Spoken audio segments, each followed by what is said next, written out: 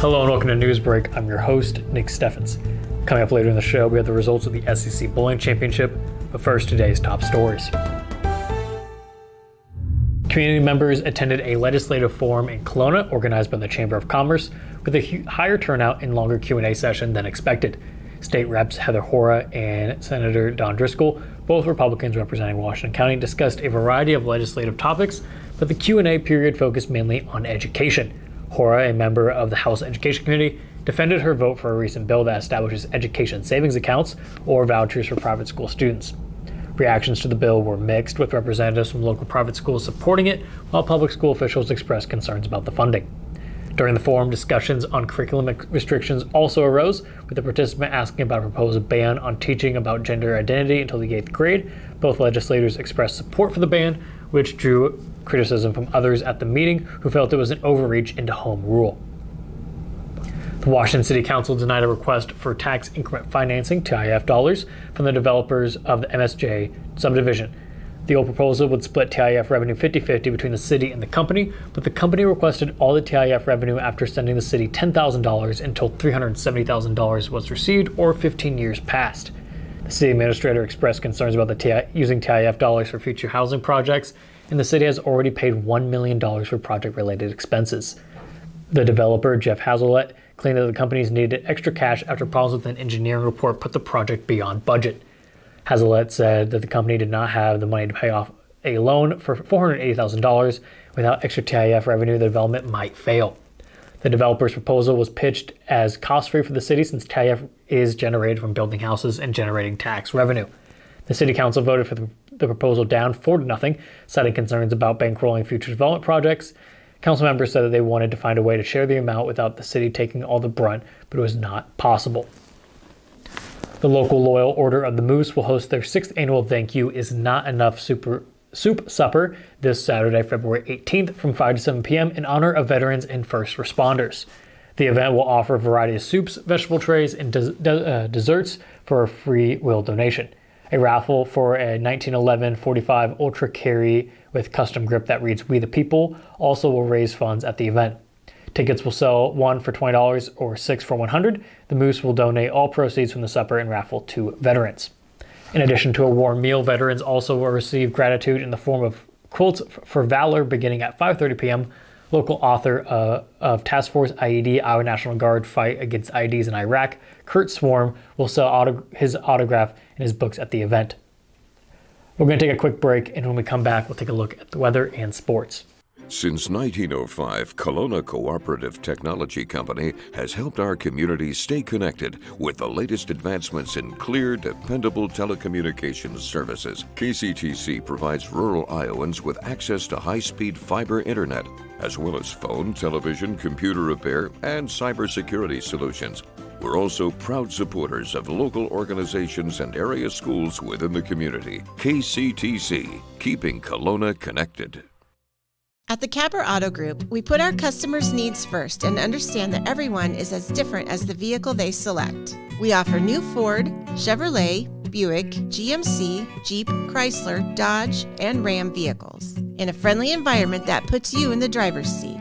When it comes to service, we maintain factory-trained technicians and competitive pricing. The Capper Auto Group still believes that service after the sale provides the best customer experience. Come see the Capper experience for yourself.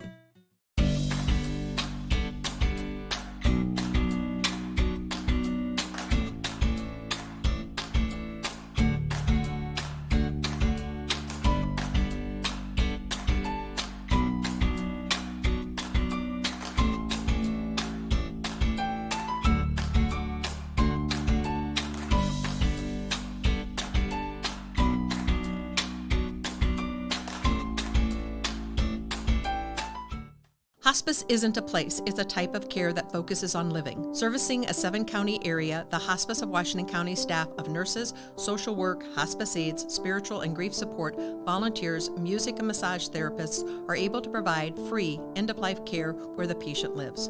We write wills, give consent for organ donation, but rarely is there a plan for what we would want the final phase of our lives. At Hospice of Washington County, we encourage our patients to be in charge of their healthcare decisions while maintaining quality of life. Welcome back to Newsbreak. I'm your host, Nick Steffens.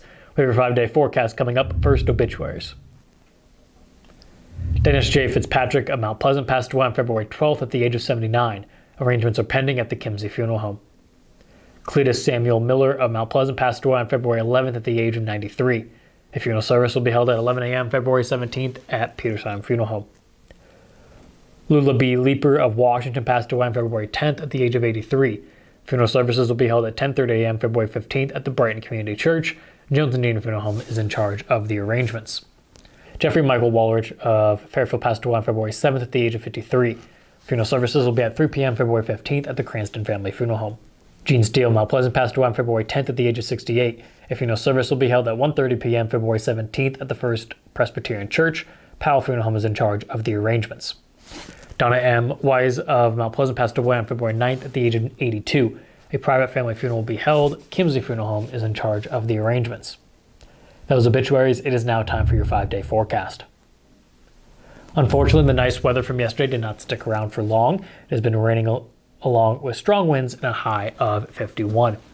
Tomorrow it will be mostly cloudy with a high of 43. There's a 76% chance of snow on Thursday with a high of 29.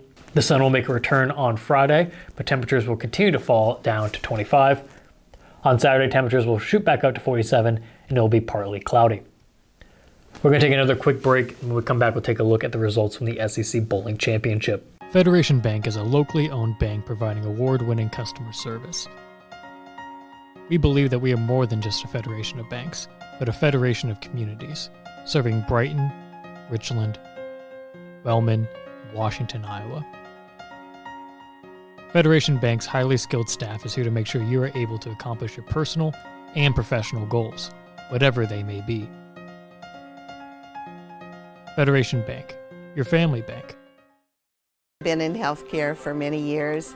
I know that Tammy's that person who wants to help others and take care of us. She knows the healthcare business and wants to take care of others. Family owned and operated by Andy and Sarah Ross. Ross Auto has been your vehicle repair and maintenance headquarters since 1935. We specialize in all makes of cars and light-duty trucks. With our variety of available services, let us help you keep rolling and your vehicle operating efficiently. Services include general auto repair, alignments, brakes, fuel injection, and more. Schedule your appointment today at 319-653-5656. That's 319-653-5656. I met Tammy about 20 years ago when her daughter was in Special Olympics and I was coaching. Told me that she was into doing senior benefits. We became even closer friends. She cares about everybody, especially the seniors. So call her.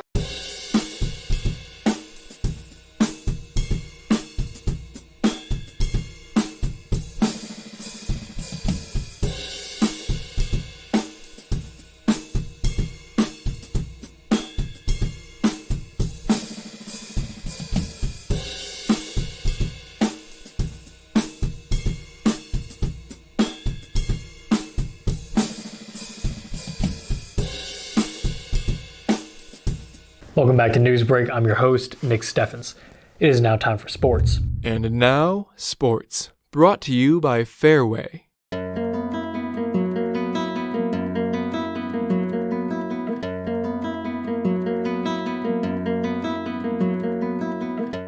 Iris Bowling Center in Mount Pleasant was the site of the 2023 Southeast Conference Bowling Championship. It was the Panther girls team who stood tall, taking second with a final score of 2,519.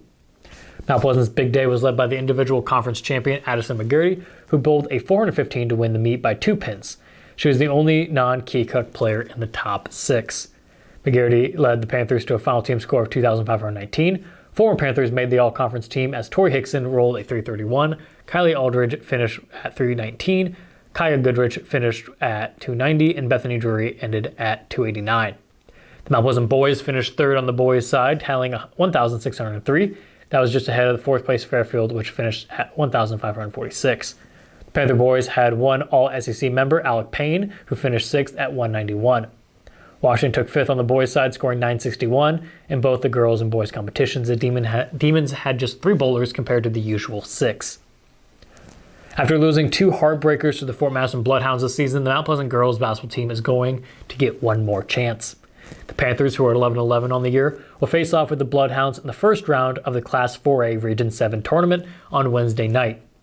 In previous matchups, the Panthers have fallen by 5. Fort Madison knocked off Mount Pleasant 41-36 on December 2nd, and then on January 6th, the two squads played in a defensive struggle that saw Fort Madison pull out a 24-19 win.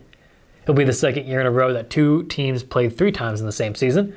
Last year, after losing twice in the regular season, Mount Pleasant upset Fort Madison 63-57 on the same Bloodhound home floor, where the two will meet on Wednesday. It'll be a matchup of the top 2 scorers in the league, as Mount Pleasant's Andrea Laprieto, who averages 19.9 points per game, goes at it with Fort Madison's Camille Cruz, who averages 18.3 points per game, in a matchup of marquee Southeast Conference seniors. The winner of Wednesday's game will play at Clear Creek Amana in the regional semifinals on Wednesday. On the other side of the bracket, Keokuk and Burlington will play to see who gets number 2, North Scott, in the other regional semifinal. That is the news for Southeast Iowa. I've been your host, Nick Steffens. This has been your news break.